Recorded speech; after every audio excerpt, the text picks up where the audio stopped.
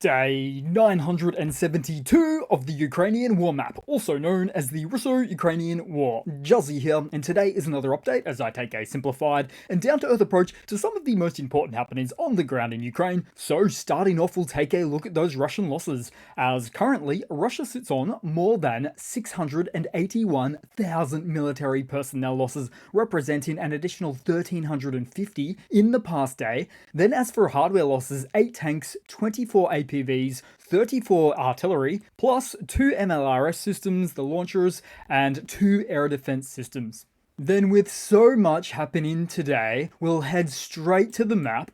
We'll start out in Kursk because it seems some people's Christmas came a bit early, as not only was a Bradley M2 infantry fighting vehicle spotted in the Russian oblast, but so too reportedly was an Abrams M1 tank said to be operating at Novovinovka, which is 10 kilometers from the Ukrainian border, as the crow flies, where it was seen taking on some almost point-blank Russian positions. Which then also means this is further proof about false Russian claims, that all of the US-supplied Ukrainian-operated Abrams tanks were destroyed some time ago.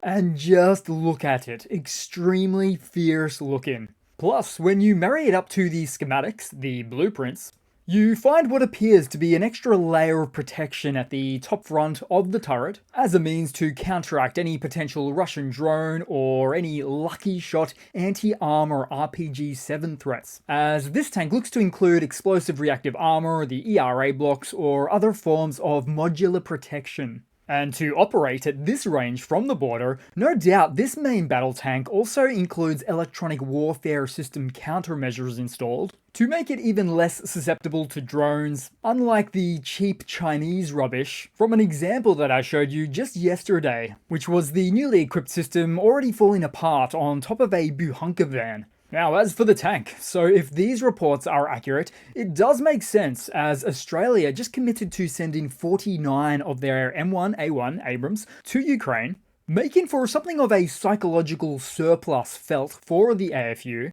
as these figures exist on top of the 31 Abrams already sent to Ukraine from the States. So an event like this couldn't be more poorly timed for Russia. Abrams tanks in Kursk, and especially given that there is a BRICS summit being held in Russia's Kazan region. Oh, and also on the topic of timing, the Kremlin has just postponed the order to oust the AFU from the Kursk region until February 1st, 2025. As it certainly looks like this Kursk situation will blow right past the former presented October date. Realistically, Putin is fuming inside.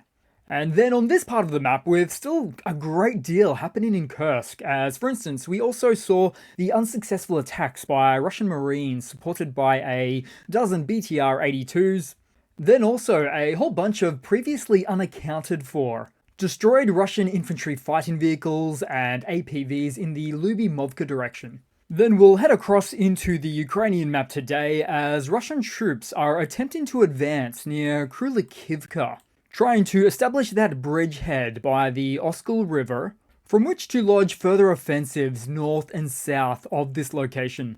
They're also near to Kolesnikivka and are continuing efforts to attack any nearby villages. Meanwhile, Ukrainian forces have pushed back near to the southwest of this Russian front, with in fact regaining some lost ground at some streets on the northern part of Krylikivka.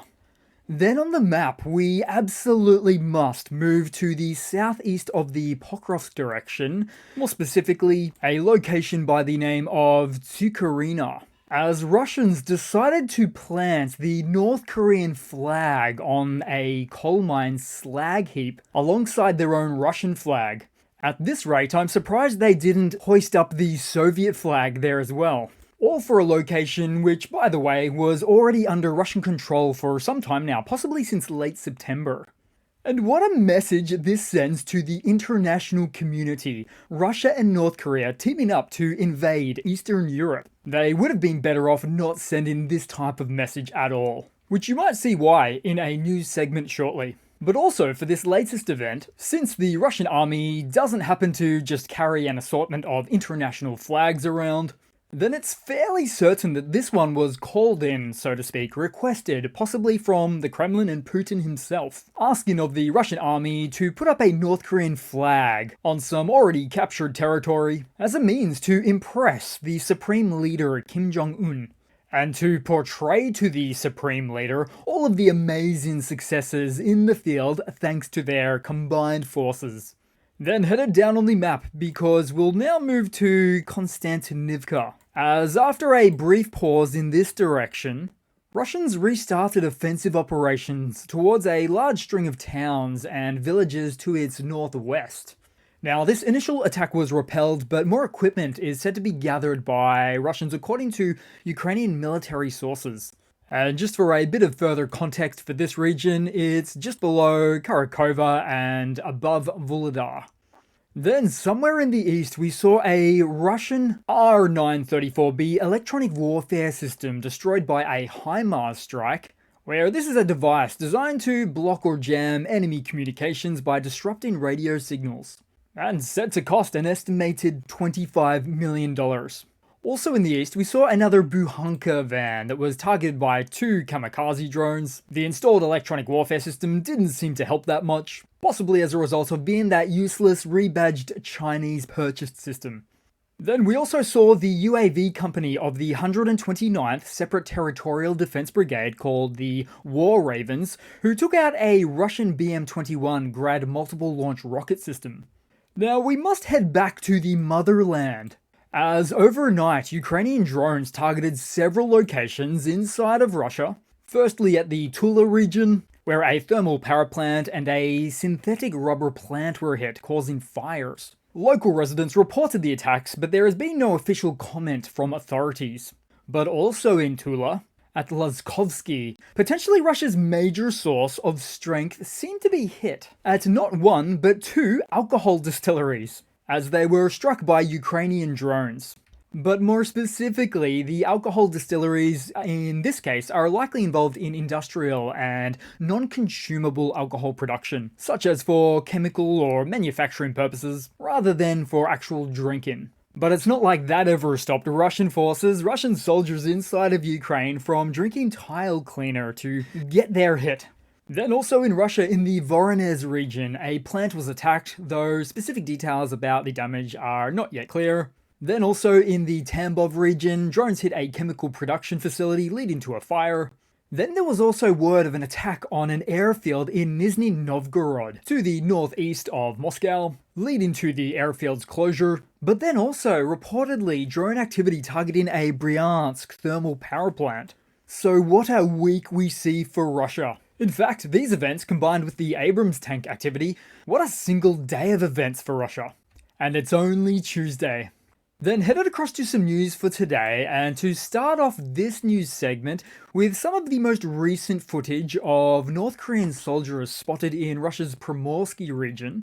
Because after South Korea had yesterday demanded an immediate withdrawal of North Korean troops from Russia's war efforts, and then going on further to say that the decision of North Korea to send troops to Russia to fight against Ukraine poses a significant security threat to both South Korea and the international community, and even further calling it a blatant violation of UN Security Council resolutions prohibiting military cooperation with North Korea, has since led South Korea to now consider sending military intelligence personnel to Ukraine in response to reports that North Korea has deployed troops to support Russia's war of aggression against Ukraine.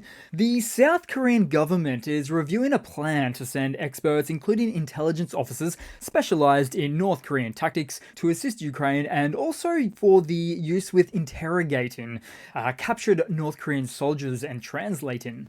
That will be one interesting conversation, perhaps many conversations. Almost like speaking with someone from an isolated Amazon tribe. Additionally, there are discussions about sharing North Korea's military tactics with Kyiv, that is to say, sharing South Korea's expansive knowledge set of North Korean tactics with Ukraine. Meanwhile, South Korea is also exploring the possibility of supplying some of its vast arsenal of 155mm artillery shells, Although for Ukraine to get this would require some amendments to South Korean law. However, South Korea could instead look to backfill US stockpiles to allow more US ammunition to be sent to Ukraine. Now you've gone and done it, Russia. Awoken the sleeping giant, the technological behemoth of Asia, who happens to still be at war with North Korea. Technically speaking, as North and South Korea only ever signed an armistice, a temporary stop on fighting, about 70 years ago. And so, as mentioned a few videos ago, the use of North Korean troops on the ground in the Russo-Ukrainian war is simply not a can of worms that Russia should be choosing to open. It's a potentially barking mad strategy with a boomerang effect that could really come back to bite them. Then in some more news, so a lot of aid has been pledged to Ukraine in the last day or two, with the UK, for example, pledging a £2.26 billion loan to Ukraine backed by frozen Russian assets. All as part of a G7 $50 billion loan initiative to support Ukraine's military.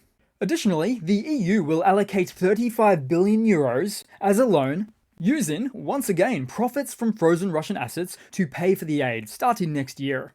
Then to add to that, the US has also committed $400 million in military aid and plans to provide an additional $700 to $800 million for Ukraine's domestic production of long-range capabilities and drones. All of which comes just after US Secretary of Defense Lloyd Austin visited Kyiv yesterday, praising Ukraine's advancements in drone technology, stating that Ukraine is becoming one of the world leaders in many aspects of drone manufacturing now. Then to round off the video with only one of the many updates that I could possibly provide on Russia's state of economic affairs. Because with this latest news segment, Russia's largest and majority state-owned bank, Sberbank, is raising mortgage rates a whopping 3 percentage points all at once for new mortgages starting just today, October 22nd. As such, the new minimum interest rate will be 24.6% for buying secondary homes and 24.9% for new homes. But wait, there's more. Sberbank, a terrible name for a financial institution by the way, or any institution, are also increasing the minimum down payment for these mortgage programs to 50.1%, meaning buyers will need to put down at least half of the property's price. Clearly, the special military operation is having some special economic adjustments on Russian society. Don't worry though, Russia insists the war has nothing to do with the economy spiraling like this. In fact, the Kremlin doesn't even publicly accept the harsh economic realities it faces. Just keep doing what you're doing, Russia. No country can sustain these sky-high rates for any meaningful stretch of time. It's almost as if they're burying their head in the sand or refusing to abandon a lost cause. The seriousness cannot be understated. So that's it for today, guys. Thanks again for watching. Please continue to like, comment, and the support, and I do hope to see all of you guys there in the next one. Cheers!